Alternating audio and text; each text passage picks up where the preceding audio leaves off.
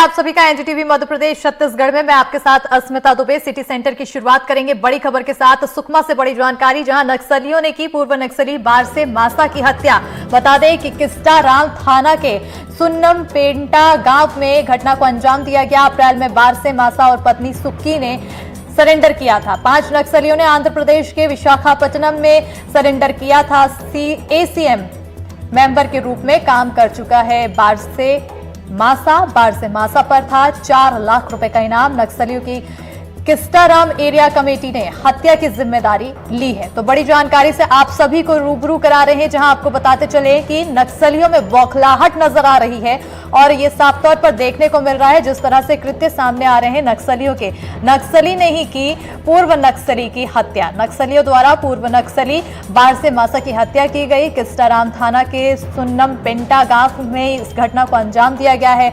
अप्रैल में ही बारसे मासा और पत्नी सुक्की ने सरेंडर किया था। 5 नक्सलियों ने आंध्र प्रदेश के विशाखापट्टनम में सरेंडर किया था और एसीएम मेंबर के रूप में ये काम भी कर चुके हैं। बता दें कि बारसे मासा पर 4 लाख का इनाम भी घोषित था। नक्सलियों की किस्टाराम एरिया कमेटी ने हत्या की जिम्मेदारी ली है। ज्यादा जानकारी के साथ सुकमा संवाददाता सलीम शेख फोन लाइन पर जुड़ चुके हैं। सलीम, कहीं ना कहीं नक्सलियों की बौखलाहट देखने को मिल रही है। जो लोग आत्मसमर्पण कर रहे हैं उन पर इस तरह से कृत्य, क्योंकि एक बौखलाहट सामने आई है। कल बीती रात आत्मसमर्पित कर चुके नक्सलियों पर हमला करते हुए माओवादियों ने उसे मौत के घाट उतार दिया था। बताया जा रहा है कि 1 दर्जन से ज्यादा माओवादी उसके घर पहुंचे और भारी बारिश के बीच उसे घर से बाहर निकालकर उसकी हत्या कर दी।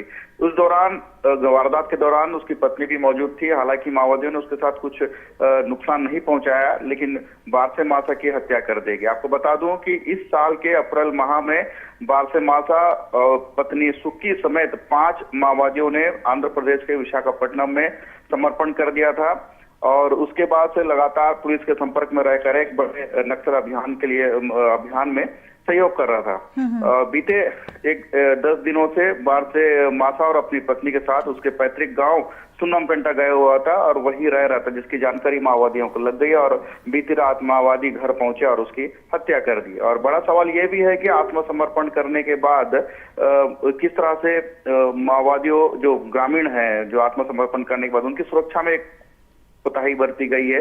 बड़ा सवाल है कि समर्पण करने के बाद उनके साथ किस तरह से व्यवहार किया जा रहा है। जी बिल्कुल, कहीं ना कहीं एक तरफ हम मुख्य धारा से जोड़ तो रहे हैं लोगों के लिए, लेकिन उनके लिए अब परेशानी की बात ये आ चुकी है क्योंकि अन्य जो नक्सली गतिविधियों में अभी भी शामिल हैं, उनकी बौखलाहट का वो शिकार होते हुए नजर आ रहे हैं। अब आने वाले समय में प्रशासन क्या एक्शन लेता हुआ नजर आ सकता है?